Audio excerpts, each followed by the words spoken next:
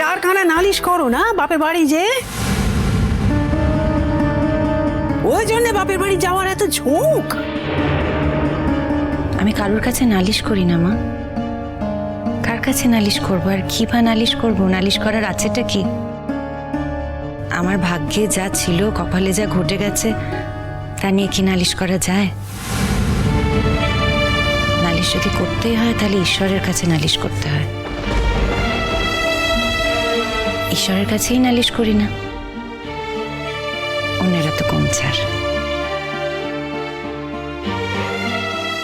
মা, আপনি যা করেন বা যা করেন না, তা তো সকলে দেখতে পায়, সকলেরই তো চোখ আছে। তারা নিজের থেকেই যা বলার বলে, আমি কাউকে কিছু বলতে শেখাই না।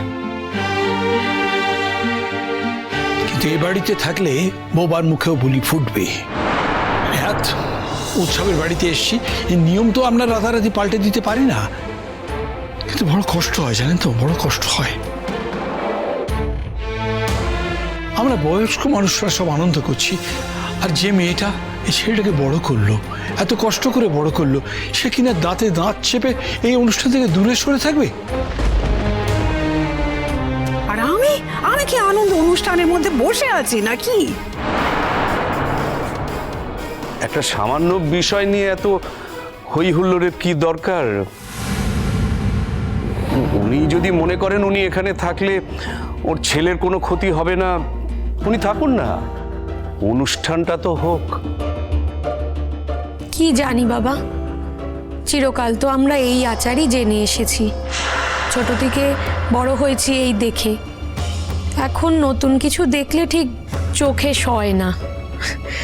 আমি বুঝতে পারছি না, এই ব্যাপারটা নিয়ে এত কথা ওঠারই তো কোনো কথা ছিল না,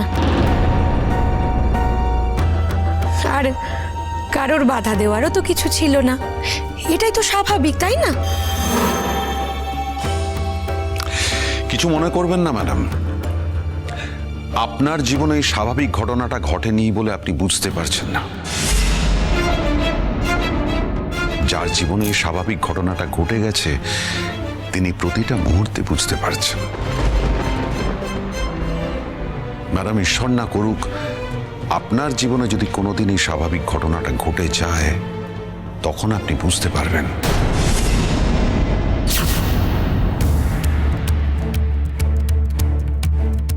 যে কোনো আনন্দ অনুষ্ঠান থেকে যখন কাউকে প্রতিটা পদক্ষেপে দূরে সরিয়ে রাখা হয়, তখন তার কেমন লাগে। আশ্চর্য মানুষ তো আপনি।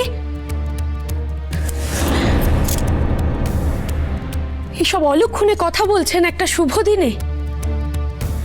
বলতে চাইনি ম্যাডাম, কিন্তু যখন দেখছি প্রতিটা পদক্ষেপে একটা আনন্দ অনুষ্ঠান থেকে একজন মাকে জোর করে দূরে সরিয়ে রাখার চেষ্টা হচ্ছে এবং জনমত সেদিকে গড়াচ্ছে, তখন বলতে বাধ্য হলাম।